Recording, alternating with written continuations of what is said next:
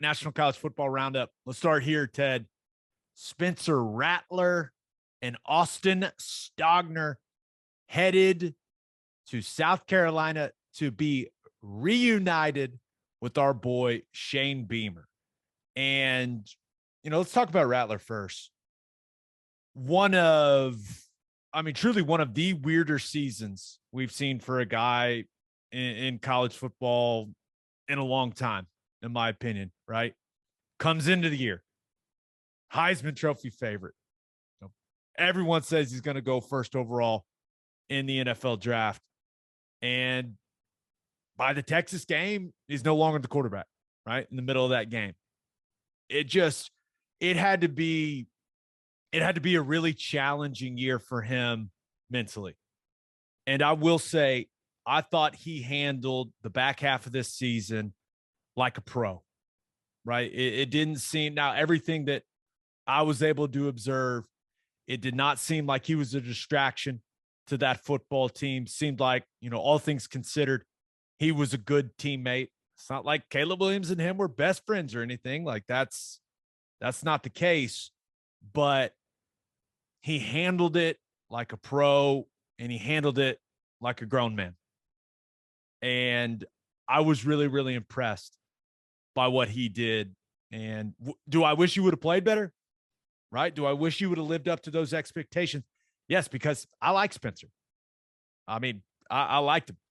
I like chatting with him on the sideline. He's extremely nice to me. And it was tough watching a kid go through that, right? Because, it almost felt for him, I'm sure it was feeling like his life was falling apart. But I'm excited. In front of everyone, it's one thing for your life to fall apart in anonymity, but to do it on the massive stage, that's not easy. Yeah. And I think him getting a fresh start, especially at a place like South Carolina, right? Good level of competition, but he's got a familiar face there with Beamer. And Beamer's about as positive now. I'm not saying that Beamer can't get after you as a coach. He absolutely will. But he's one of those coaches, man. He's going to love on you. It's going to be positivity. He's a guy that I think can build Spencer Rattler back up, right? I think he can do that, and I hope he does that. And you look at Jason Brown, South Carolina starter, said, "Oh, Rattler's coming. I'm out." Yeah. So I'm excited for Spencer Rattler. I think this is a great opportunity. I think it's a good fit, and I'm also happy for Shane Beamer because Spencer Rattler, if you can get the best out of him, man, he can be a damn good player for you. I can't, I said this all year. You can't find me 10 quarterbacks in college football that are better, I don't believe. So, the fact that South Carolina is getting a former number one quarterback, 5-star quarterback, they got to be loving Shane Beamer right now. And here's the thing, Rattler probably could have gone to a bunch of places. Okay. But I think the fact that he chose South Carolina, let's get away. Let's go somewhere where, I know the coach, but it's a different environment. Strip everything back to square one. I'm not going where I've got expectations where I got to go win the conference. I don't have expectations where it's college football playoff or bust. I can show up. I can work my craft. I can improve as a player. I can go out with my teammates and try and win week after week. And I think it was a brilliant move for him. I really do. I think it was awesome. And it wouldn't shock me if later next year, or heck, who knows, maybe even the next year after that we're not talking about Spencer Rattler in South Carolina doing something, making some moves, knocking off a big opponent that people maybe didn't give him a chance to win. Yeah, no, I'm with you. I'm excited for him. Also excited for Stogner. He was maybe the most confusing player other than Rattler he's probably the most confusing player for this football team this season. Just really never, I still don't think he ever looked like himself, like the way that he looked previously. I could be wrong, but he didn't seem to have the same suddenness physically to me. But I'm not entirely sure why he hopped in the portal. But if it was as simple as, hey, he wants to be reunited with Beamer, then I can't really blame the guy. I love Shane. So it is what it is. But just an odd year where he just kind of disappeared from this offense. And now he's moving on. And you mentioned it earlier. Now the tight end position, all of a sudden feeling a little thin with Stogner gone. Yeah. No, he's a big tight end that whenever he's healthy and, he's feeling confident, he's a dangerous weapon. Getting back with Beamer, maybe that's going to restore some of that confidence. I'm sure there was a conversation about how they're going to use him in the offense. For whatever reason, Lincoln felt like he moved away from Stogner. And a lot of that, frankly, may have been Caleb Williams taking over at quarterback and having some inexperience there at quarterback. A lot of times the tight end is not your number one target on a pass concept. Rattler, who I believe, was just, more experienced and I think better as a passer than Caleb Williams was. I think Caleb's going to improve, but, you go to your primary, you go to your secondary, and then you hit your big tight end over the middle, right? And I think that there was a trust factor there with Spencer Rattler, that they had developed. And I don't know that Caleb ever developed that with Stogner and felt comfortable throwing it his way. And for whatever reason, he just became less and less of a factor in the offense. Hopefully he gets jump started there. Yeah, we'll see. There's no doubt there's going to be some OU fans cheering for South Carolina. I know that I'm definitely going to be watching that team closer than I've ever watched South Carolina. So best of luck to those guys. Okay. This is maybe the biggest signing day story ever. Cornerback Travis Hunter, the number one ranked player in the country in the class of 2022, flipped from Florida State to Jackson State. What's that? To where? Jackson State. Is that a SEC school? It is a FCS HBCU. Wow. And this is a guy that is from the state of Georgia. He was committed to Florida State, had everyone else in the world after him, and he decided that going and playing for Coach Prime was the best thing for him.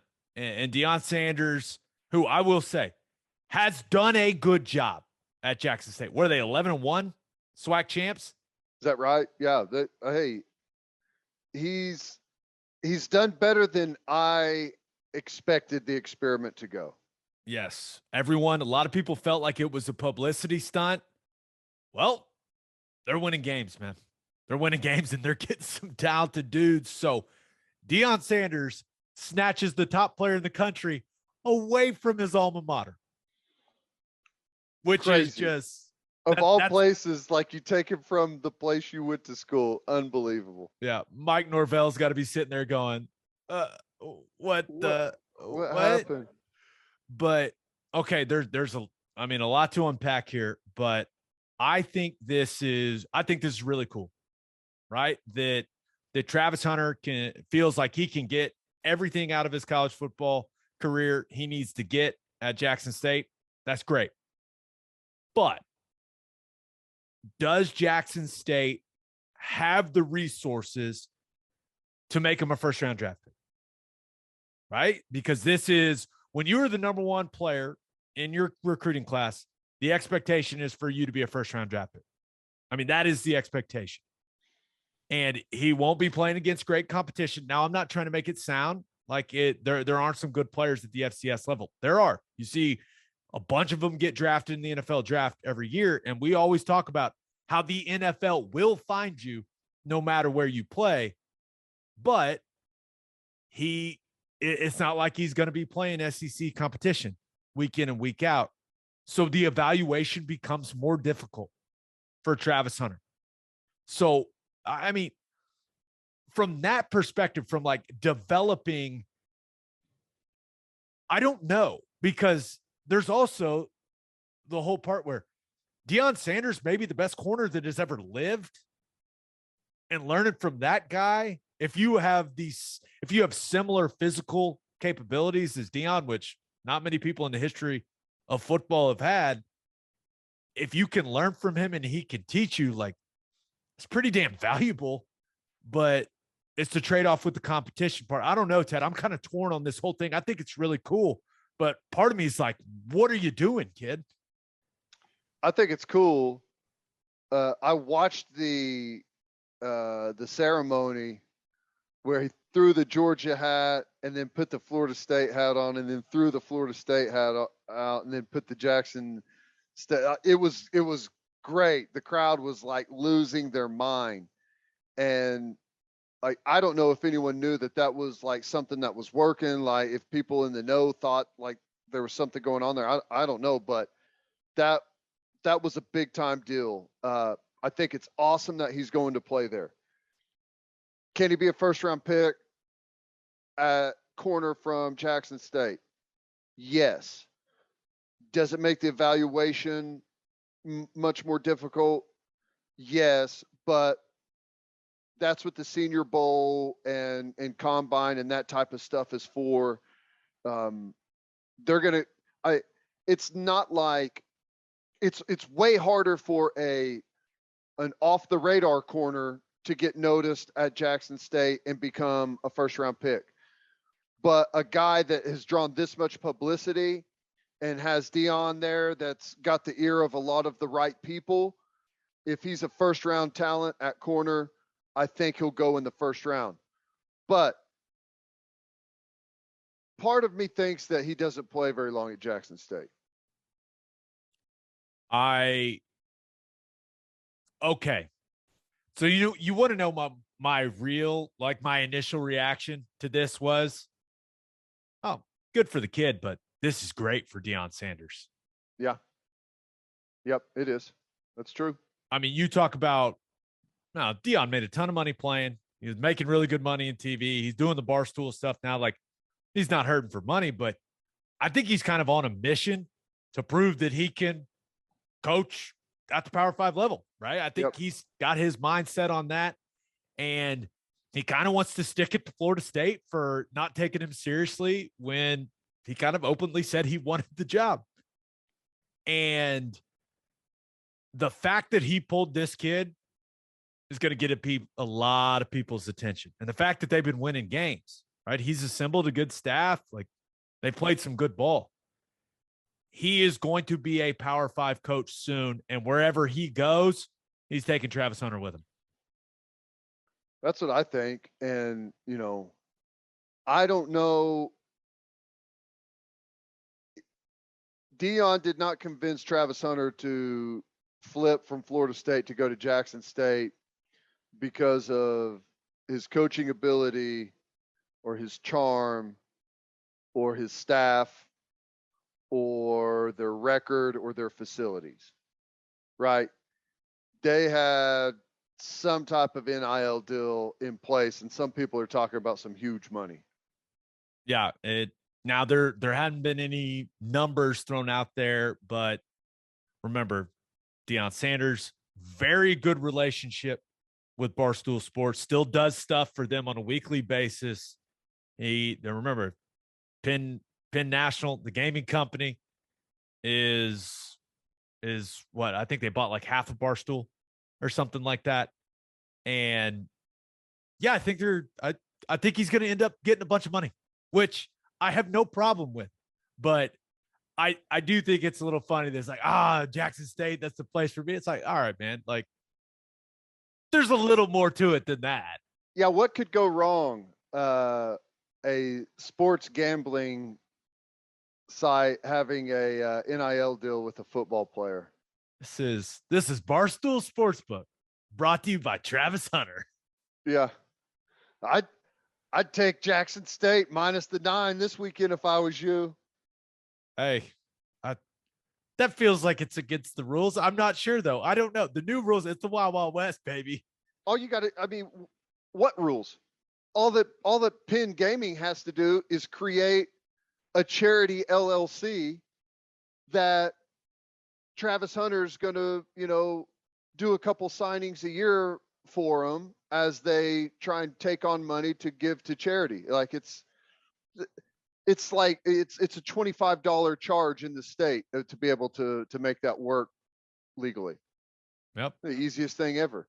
Yep. And like this is what we've got for college football. Get ready because it's coming. This is happening. It's happening everywhere, and it's going to be a beautiful disaster. A beautiful disaster.